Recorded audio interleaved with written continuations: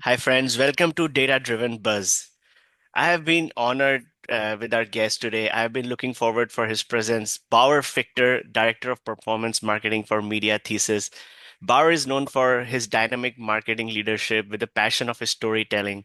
Bauer, I've heard a lot about you, the waves that you have been making in the marketing world, your data-driven approach. So welcome to the channel, and excited to talk to you today. Thanks, Prateek. I'm really excited to be here. Your early journey, you did a sales job. I saw a lot of certifications related to performance marketing. But how did you get here? And most importantly, my listeners and I would like to know what makes you passionate about this. What makes you wake up every Monday morning? Yeah, absolutely. I'd love to jump in and give you a little background. So I'm from a small town in New Jersey. I'm close to the Philly greater area. I do live in Center City, Philadelphia now. Yeah, but I went to school in South Jersey. I played Division III baseball there. And just ever since I was a young guy and getting into sports and growing up, I've always been really team oriented and loved working hard. And that's just like always been a big part of my life. Yeah, and then in college, yeah, I started as my work, I guess, my work life in the food service industry as a manager, and I really just got an itch for being in business operations and seeing kind of being a brand ambassador, I guess I'd put it. I loved, yeah, the whole brand aspect, owning the operation, but primarily owning the brand. And a funny story, I read Steve Jobs' biography by Walter Isaacson, and if anybody's read that book, I'm sure that you have a story to tell about it as well. But that's what got me hooked into owning a brand, wanting to own a brand and really dive into the marketing space and get away from the food service industry. So after reading that book, yeah, I really wanted to dive headfirst. I didn't know what industry per se, Mm, so I thought the ad agency space would be able to give me kind of a taste of different waters. So yeah. yeah, I jumped into it, and that's kind of where I started. And what gets me going every morning is that I wear a lot of different hats in the agency space, and I'm in media specifically. But I love that it's not just one. It's not a monotonous job. I'm really there's something new every day. Yeah, there's so many things that I can connect with you, uh, Bauer. Like I have had similar journeys and experiences. The only difference is I got into marketing later in my career. So I was actually an engineer in India, and then I decided to move to the States. And then I got a master's degree, went to business school, learned about marketing and data analysis, and then I chose a technical field. I just went into data analysis and programming. So did like Python programming, SQL, used all of that. Nice. And then I got a chance to work in the marketing department where I am currently at Lennox. We are the number three HVAC company. Hmm. And there I realized like, okay, I think my passion is more towards marketing. And I always wanted to be a leader as well. I think it was back in college when I read my first book on leadership. It was called Leader Without a Title by Robin Sharma. He's a very aspiring writer. And it was very interesting. Like he said, the main motto was like, in this turbulent world, everyone needs to be their best. They need to lead without a title. And that just resonates with me whenever I do my job. So, yeah, a couple of things, very interesting things. And I also work in the service industry. Actually, my first job in the States was a data analyst intern at Sonic Corporates in Oh, Oklahoma City. Yeah. no, So that's again something in common for us in the beginnings. yeah, definitely. So, is it true that you were traveling for 8 months and also managing to work at the same time during the pandemic? Yeah, funny enough. It was actually in the year of it was last year. So it was 2023, 2024 era. But yeah, my soon-to-be wife and I, we took an 8-month road trip and we were on the road. Yeah, we were living in the New York City metro and we both wanted to kind of get out of the city. It was our first year up there and we really dig it, but we just wanted to see everything. We both worked remote. And we both have awesome managers. So we just asked and we said we went out on a whim and we said, could we work on the road in our SUV for 8 months and do camping and live in Airbnbs and whatnot? And it worked out. Yeah. Yeah, we drove all over the US. We worked remote. We still kicked butt at our jobs, but we got to see everything. It was what it felt like. We saw the whole West Coast. We spent a lot of time in the Pacific Northwest. Wow. It was great. Yeah, we love hiking. So Love you to. actually did cross country step from New York to all the way to West Coast. Wow, that's very interesting. Yeah, it was a cool route. We tried to beat the winter, so we left in February, right at like Uh-huh. the heart of the winter in our area, and we went down to Austin, Texas, and we spent February and March down there, and then we went west, and we went back up north, and then during the Yeah. summer, like early late summer, we came back across the Midwest. It was a cool trip. Yeah. I'm very close to Austin. I'm in Dallas, so Oh, that's nice. and I've lived in other areas. I'm very lucky. I lived in Phoenix for 3 years, lived in Minnesota for 3 years. Different experience, completely Yeah, different. And then definitely. now we're in Texas from last 3.5 years, but we really like it here. I loved it. I was surprised how much I loved Dallas. That was actually our first. We stopped in Knoxville because I have family there, but Dallas was our first real stop, and we really dug it. Yeah. The weather is nice all around. There's food is great. Like, it's also, I mean, people will argue, but we say this is a barbecue capital. And Yeah, there's a lot of people, nice energy, and the culture is not too stressing like compared to big cities. Right. Just gonna ask you some quick icebreakers. So when you were traveling, like what was your favorite? Did you go to national parks or anything? What is your Yeah, favorite national park in the US? There's so many. so many great ones. Favorite national park, Yosemite in Northern California. Yeah, It I haven't was done that one. we loved hiking. If you haven't been there, any listeners, go. So are you more a mountain person or a beach person? Oh, that's a tough question. I grew up closer to beaches. In New Jersey, there's not many mountains around here. So I'd Yeah, say I like to surf and I like at the beach probably a little more. But yeah. over that year, I got a liking for hiking and being out in the mountains. Yeah, I love the beaches because I grew up in a similar weather conditions like Texas in India, very dry heat and didn't see much of the beaches. So I got immediately fascinating my love for snorkeling and all those things. And Nice. yeah, my favorite beach is in Puerto Rico, actually. I went to Puerto Rico. It's called Crash Boat Beach. Okay. It's yeah, amazing. You can see colorful fish right at the beach. Wow. Uh, I'm gonna make a trip down there. But then recently, last 2 or 3 years, as I traveled to Rocky Mountains and just last month to Smoky Mountains, I'm like, man, mountains just have that different serenity in them. So yeah, Yeah, I it like it really too. is. The Smokies, that's a good one. Smoky Yeah. Mountains are great. Do you know the fact that Smoky Mountain is only one third the altitude compared to Rocky Mountain? Like, I did not know that. yeah, just because Colorado itself is like at a higher base. So Rocky Mountain is like close to 12,000 feet, while Smoky is like only like 4,000. Wow. It's Yeah, very I can interesting. imagine. The West Coast is really the altitude is really high over there. Yeah. And what's your favorite poison, if I may ask? And Your favorite poison, like drink choice? oh man, I'm a beer guy through and through. Um, Same. yeah, I could drink 100%. every beer under the moon. But if I had to stray away from beer, I really have gotten into whiskey over the last couple of years. So I'm digging that. Sam Littlefield, I'll call Sam Littlefield out from For Little that, Talk. He's a good whiskey guy. yeah. Then my last icebreaker is I don't think I should ask brand awareness or performance marketing. Well, performance marketing, Actually, 100%. 120% performance marketing. If I have anything to say about it. Yeah, that one I Good knew. question. How about you? That was a redundant question. 100% performance marketing. There you go. So, just a quick about me. My job is in marketing operations, and then my boss told me like, "Hey, this is a great opportunity because we work with all the different marketing teams. We work with the e-commerce team, we work with loyalty and promotions team, brand team." And so he said, "Consider this like you have now buckets which are all empty.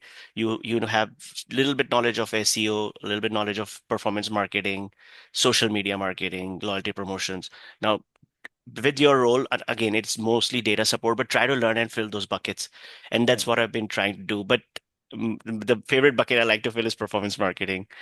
Yeah, I'm it's an doing, interesting one. There's a lot to track there. yeah. Question for you. How long have you been in that role and how do you like it?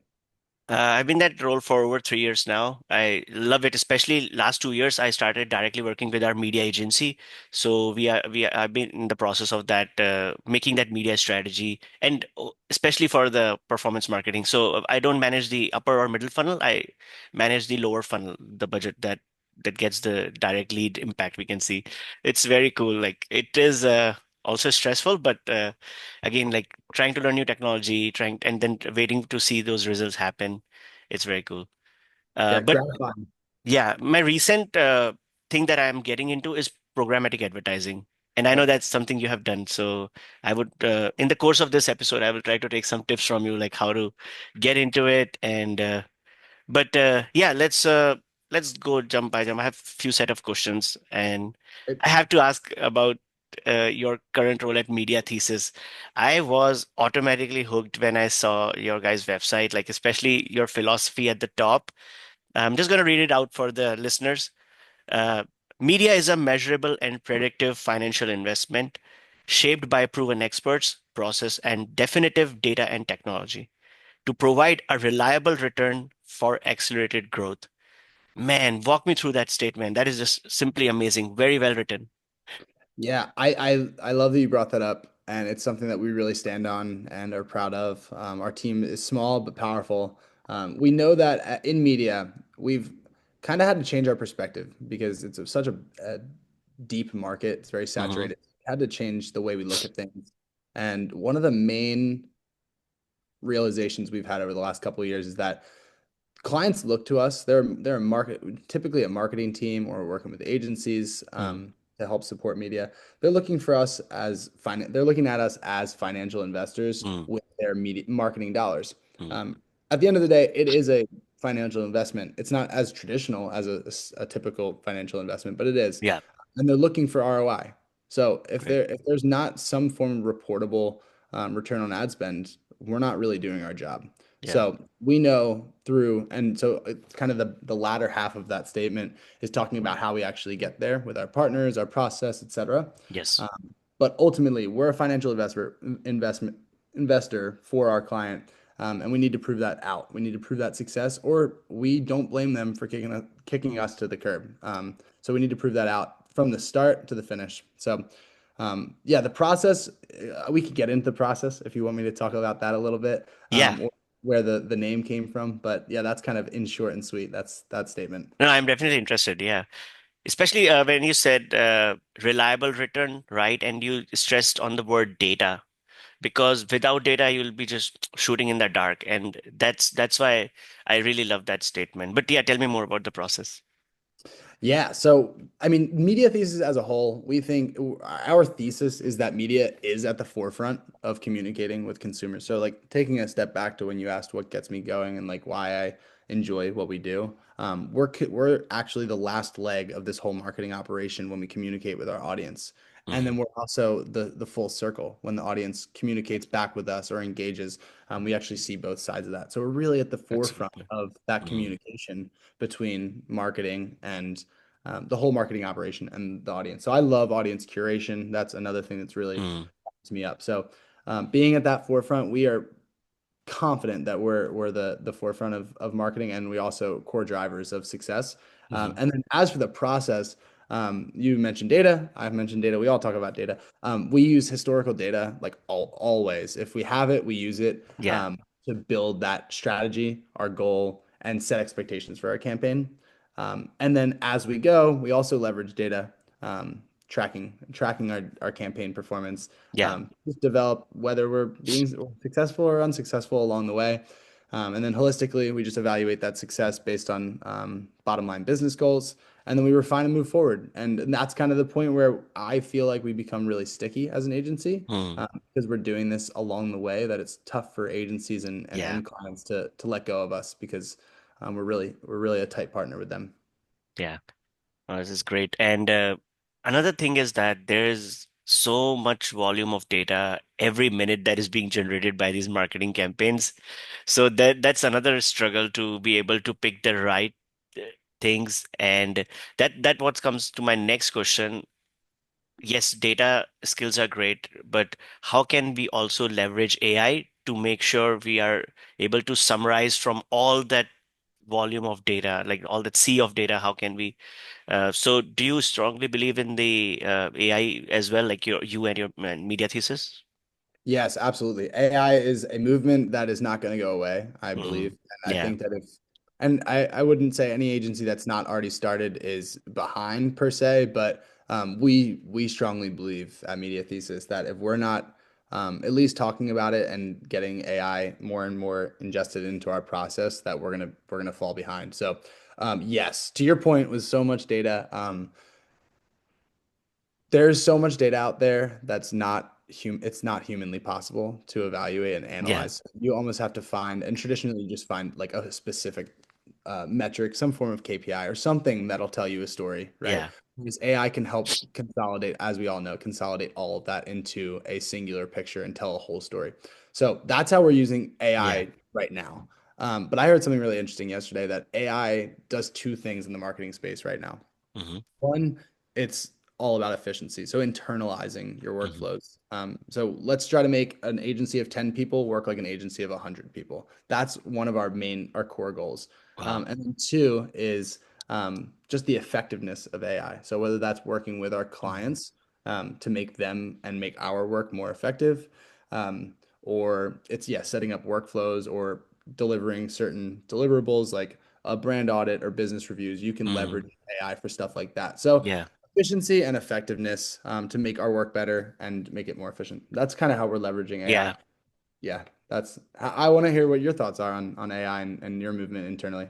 Yeah, definitely. So our company launched a chatbot on our website, and so now my team has more inputs about what our customers are thinking. Like we analyze that chatbot and use that feedback to drive our SEO and paid strategy as well. Like, okay, how can we also, if you're seeing a lot of questions about a particular topic, hey, let's just use that as our paid keyword and try to drive more traffic to our website.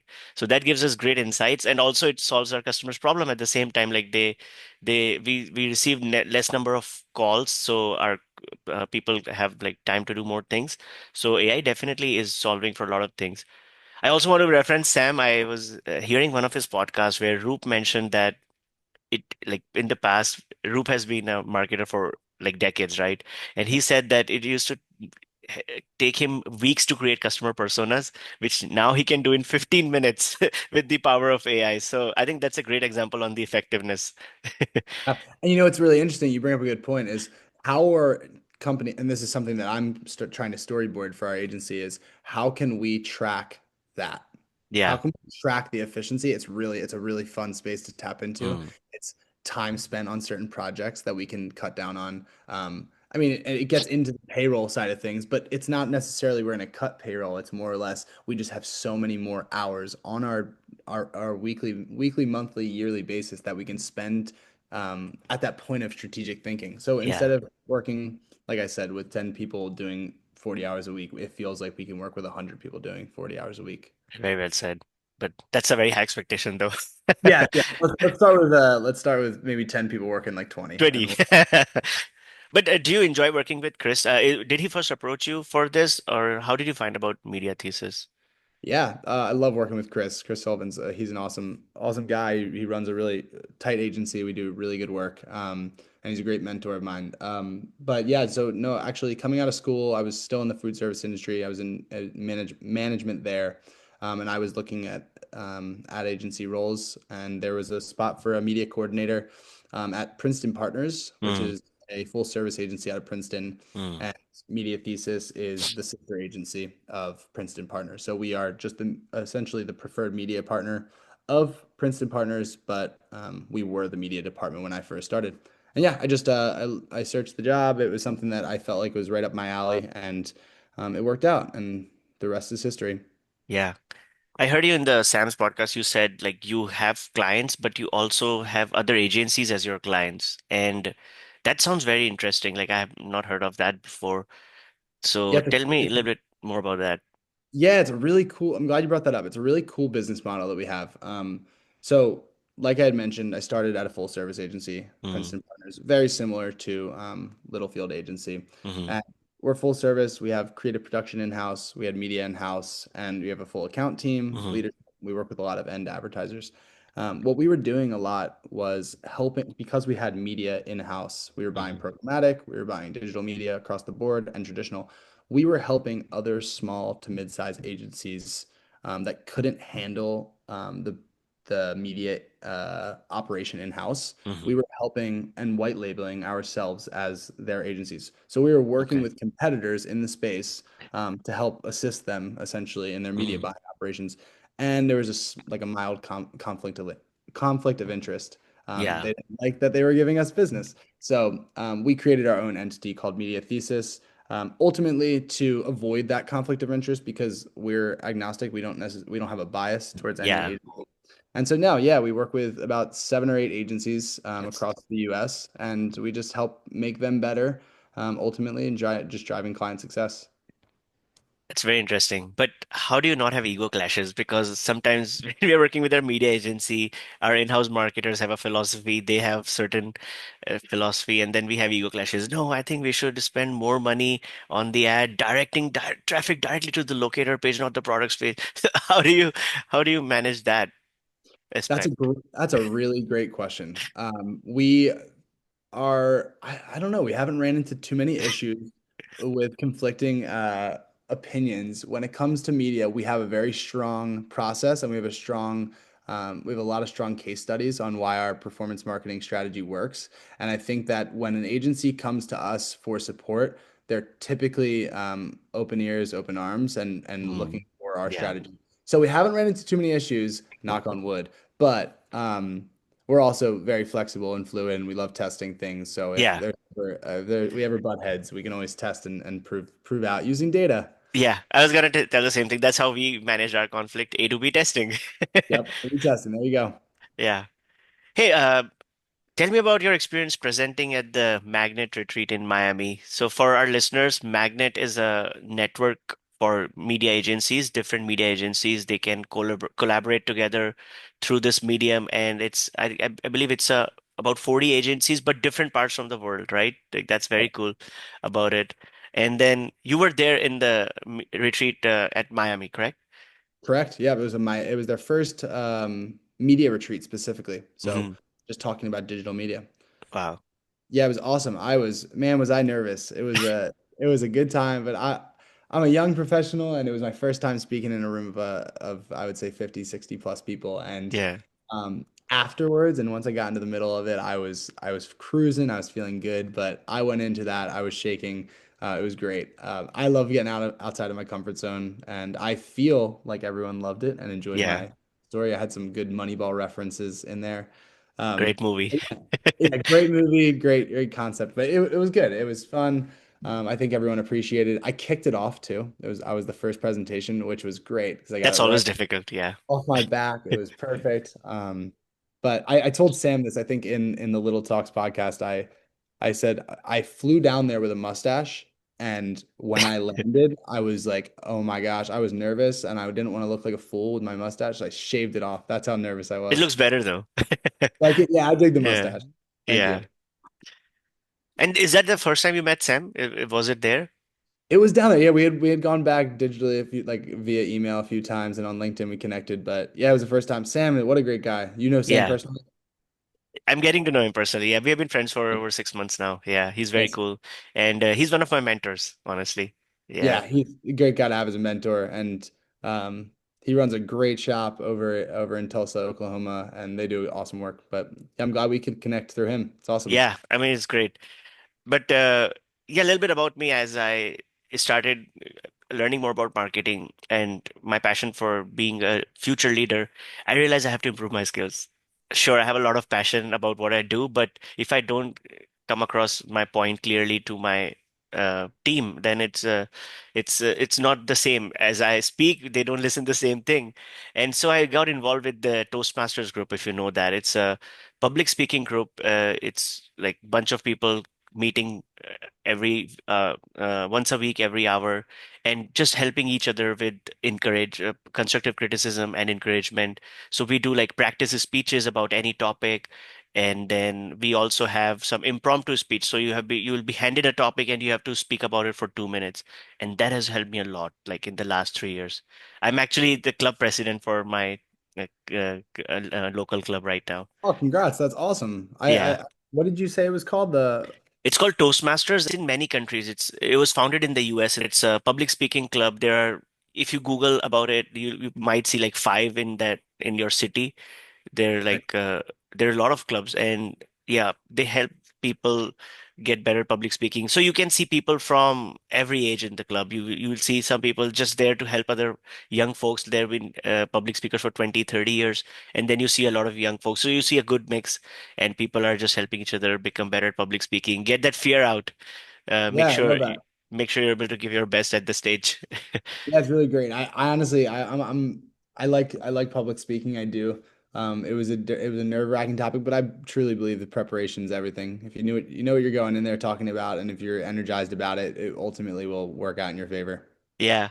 And we go sometimes go really technical too. Like when as the people start growing in this club, we are like, huh, great speech, but you know what? You used two ums while you were talking there. And I'm like, okay. That's funny. So we count filler words too. We give a grammarian report like, okay, you know, you could have used instead of using the word use, you could have said leverage. So That's we funny. nitpick on things and we just make sure, you know, we are preparing future leaders. It's a great you should check it out.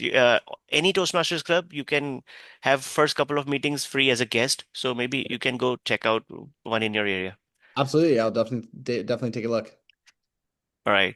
And then my next question is about media agency because your role is more versatile and then you have to wear many hats. So what are some of the things that you really enjoy working in the agency and then some of the things you know you don't enjoy as much? Yeah, that's a great question. I get this a lot. I think everyone in the agency space does because there's horror stories about working in the agency space. Yeah. Um, I would say fortunately, but unfortunately for this conversation, I don't have any horror stories because the agency that we work at is really great. I'm blessed to work with Princeton Partners Group and under Media Thesis.